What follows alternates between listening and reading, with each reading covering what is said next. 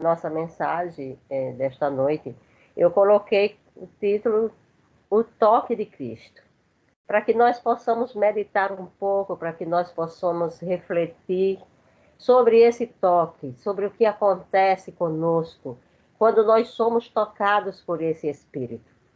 Porque se a gente levar para o dicionário, nosso dicionário, tocar significa chegar junto, ter contato, tocar na pele. Mas o tocar de Cristo é muito além do que isso. O tocar de Cristo não fica só na pele. O tocar de Cristo toca a nossa alma, chega o mais profundo do nosso interior. O tocar de Cristo é um toque transformador. E é sobre esse toque transformador que nós vamos falar um pouquinho nesta noite. Né? E o texto base que eu trago para a nossa meditação nesta noite está no livro de Marcos. No capítulo 1, no verso 40, que diz: E aproximando-se dele um leproso, que rogando-lhes e pondo-se de joelho diante dele, lhe dizia: Se queres, pode limpar-me. E Jesus, movido de grande compaixão, estendeu a mão e o tocou, e disse-lhe: Quero ser limpo. E tendo ele dito isso, logo a lepra desapareceu e ficou limpo. Só até aqui. Louvado seja Deus. Quando nós falamos sobre lepra, nós também lembramos do livro de Levítico, capítulo 13, que fala sobre a lei da lepra. O que acontecia naquela época quando alguém era cometido por essa enfermidade. Quando aparecia alguma mancha no corpo, a pessoa tinha que se apresentar ao sacerdote, para que o sacerdote dissesse se era lepra ou não. E se de lá ele saísse com o diagnóstico de que ele estava leproso, ele tinha que ser levado para fora dos muros da cidade. Ele tinha que abrir mão da sua casa, ele tinha que deixar sua família para trás, ele tinha que abrir mão dos seus negócios, dos seus afazeres, e a sua vida cotidiana passava a ser agora para outro estágio, onde ele era levado para um lugar onde é chamado de leprosário, porque é lá onde viviam os leprosos que apenas esperavam a morte. Então, esse leproso, ele saía da presença do sacerdote com uma sentença de morte. E ele era levado para um lugar longe de casa, longe de tudo. Um lugar que era sombrio, um lugar que cheirava morte, um lugar que cheirava mal, um lugar onde não tinha vida, um lugar onde não existia esperança, um lugar onde não tinha refrigério, um lugar totalmente obscuro de tristeza, de angústia, e a única certeza que ele tinha é que ele ia morrer ali, longe da sua família, longe de todos, porque ele nunca mais voltaria para casa. Mas em meio a esse contexto, no meio dessa história de tristeza, dessa história de desespero, dessa história de angústia, que tanto esse homem passou como muitos passam hoje, quando estamos, principalmente, a nossa maior angústia é quando estamos longe da presença de Deus. Quando nós não conhecíamos a Deus, como era a nossa vida. Não tinha razão, não tinha sentido. Nós não sabíamos para que veio, nem para onde iríamos. Até um dia o Senhor nos encontrar. E esse homem, lá no leprosário, no lugar de morte, no lugar onde ele foi sentenciado para passar os últimos dias da sua vida, ele ouviu de alguma forma falar sobre Jesus. A Bíblia não relata como ele ouviu, mas no versículo 39, 38, nos diz que Jesus chama os seus discípulos para e diz: vamos às aldeias vizinhas, para que ali eu também pregue, porque para isso eu vim. Então, quando Jesus chama os seus discípulos e sai para pregar, a fama de Jesus corria muito rápido, os comentários corriam muito rápido e de alguma forma esse leproso ouviu falar de Jesus. E esse homem que estava no fundo do poço, esse homem que não tinha mais esperança nenhuma para ele, ao ouvir falar de alguém que tudo que fazia, que tudo que tocava, que tudo que ele falava só poderia vir do trono de Deus, começou a gerar neste homem esperança. Esse homem disse: ali é a única saída que eu tenho e eu não vou perder essa oportunidade. Então, esse homem que estava naquele lugar, ele resolve ir até Jesus. E ali ele começa a infringir a lei, porque ele não podia se aproximar das pessoas sem gritar que ele era leproso. Porque era isso que a lei mandava. Se um leproso fosse passando e visse alguém, ele tinha que gritar que ele era impuro, que ele era leproso, para que todos se afastassem dele, para que não fossem contaminados. Mas aquele homem, ele foi em silêncio. Sabe o que nós aprendemos aqui? Que há coisas que Deus quer fazer na nossa vida e no nosso interior e que nós precisamos fechar a boca. Nós precisamos ir até diante do Senhor calados. Nós não precisamos soltar fogos antes do acontecimento. Mas nós temos sim que chegar aos pés de Cristo bem caladinhos, porque é um segredo, é meu e é ele e você. Nós não precisamos de aplausos, nós não precisamos de orientações de outras pessoas, porque nós sabemos que a única palavra vem de Deus. Essa é a certa, essa é a verdadeira, e é essa que nós vamos buscar. Depois, sim, nos aconselhamos com homens e mulheres de Deus, porque para isso nós estamos na terra, para ajudarmos uns aos outros, né, conforme a palavra do Senhor. E ele vai até Jesus.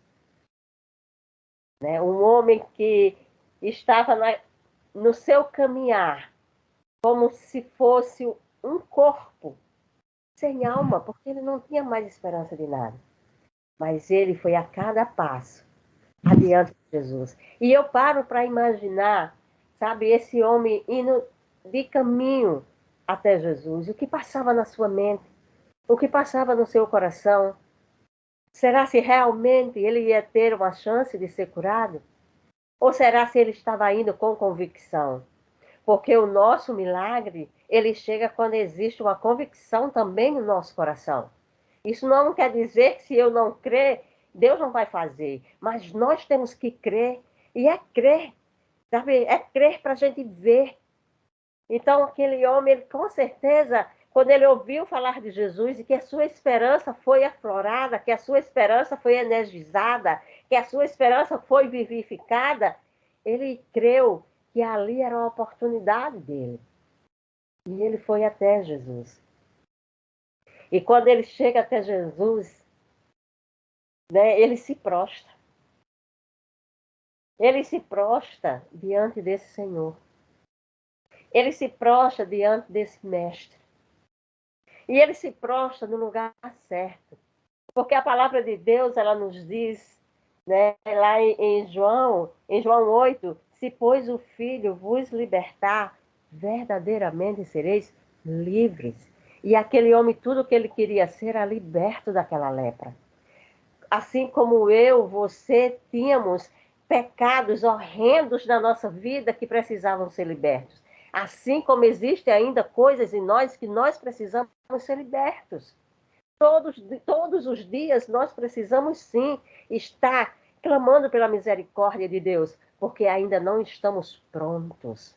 Nós andamos no caminho da santificação. É um dia de cada vez. Isso é um processo na nossa vida. E ele vai diante desse Cristo, diante desse Deus. E ele roga a esse Senhor. Quando ele chega aqui, deixa eu ler aqui, quando ele diz que ele se aproximou do Senhor e rogou. Rogar é suplicar. reclamar. Ele rogou diante de Deus. Ele suplicou ao Senhor. A alma daquele homem chorava até mesmo mais do que os seus olhos. Porque ele implorava ao Senhor que o libertasse daquela situação. Ele implorava a Cristo que o tirasse dali daquele lugar de morte e de escuridão. A palavra ela também nos diz, no Salmo 51, 17, que o Senhor não despreza um coração contrito e quebrantado. Por isso que a palavra diz que, ao ver isso, né, Jesus é movido de uma grande compaixão. Porque esse homem, ele se prostra. Esse homem, ele se põe de joelho. E ao se pôr de joelho, você está se curvando. E nós só nos curvamos diante de um mestre, diante de um senhor, diante de um rei. E era isso que aquele homem estava declarando, que Jesus era Senhor, que Jesus ali era maior do que ele, que Jesus ali era a única fonte, que ele da sua esperança. E ele estava se curvando diante de Deus. E ele estava prostrando, ele estava clamando diante do Senhor. Onde nós conseguimos abrir o nosso baú de milagres é quando nós estamos nessa posição. Quando estamos aos pés do Senhor. Quando estamos tão somente rogando a sua presença e a sua misericórdia. E foi isso que aconteceu com aquele homem. Ele chegou e prostrou. E Jesus não rejeitou, porque Jesus via o coração dele. E naquela alma que existia escuridão, começou a ter luz. Esse homem que estava cheio de dúvidas e incerteza, agora ele passava a crer e a ver, né? Esse homem que vivia numa vida que para ele era o fim, a partir daquele momento era um novo começo.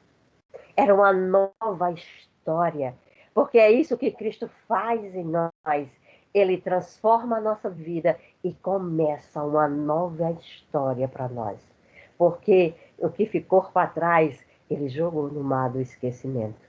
E a partir do momento que temos um encontro com ele, o Senhor começa a escrever uma nova história, minha e sua, aqui nessa terra. Louvado seja Deus. E quando nós falamos desse toque, esse toque ressuscitador, esse toque, né, libertador, porque esse toque libertou aquele homem da situação que ele vivia. Esse toque libertou aquele homem da escuridão, libertou aquele homem da lepra, libertou aquele homem da sentença de morte, libertou aquele homem de viver na incerteza, libertou aquele homem de viver na angústia e na tristeza. E agora o Senhor trazia luz e vida para ele com o seu toque. E assim como o toque de Cristo nos liberta, ele também nos ressuscita. Porque no mesmo tempo, quando Cristo toca, Cristo libertou aquele homem, mas também ele ressuscitou. E quando falamos em ressuscitar, eu lembrei da passagem lá em Lucas. Lucas, deixa eu ver aqui, 7, né, a partir do 11, que fala sobre o filho da viúva de Naim. Todos nós conhecemos essa história, onde Jesus vai entrando na cidade e vai saindo, né, o enterro daquele menino. E Jesus olha para aquela mulher e é movido de uma grande compaixão. E a palavra diz que Jesus chega, acalma o coração dela, mas ele vai e toca no esquife, que também não poderia ser tocado, porque era uma coisa que era impura. Ninguém podia tocar no esquife porque ficava também impuro. Mas uma coisa que aquelas pessoas não sabiam é que onde Jesus chega, nada fica impuro. Nada pode manchar Jesus, nada pode sujar Jesus. O mais vermelho, carmesim, pecado que eu e você tenha, não pode manchar Jesus. Pelo contrário, é Jesus que chega e limpa, é Jesus que chega e purifica, é Jesus que chega e dá vida, é Jesus que chega e restaura. Então, quando Jesus toca e traz vida àquele menino, ele está dizendo: eu sou o dono da vida, eu sou o dono da morte, sou eu que mando em tudo e nada me contamina, nada pode sujar, pelo contrário, onde eu chego, tudo é purificado. Louvado seja o Senhor, exaltado para todo sempre. E o Senhor chega naquele velório, né, naquele enterro que já estava saindo. E onde estava a sombra de morte e contaminação, chegou a pureza de Cristo.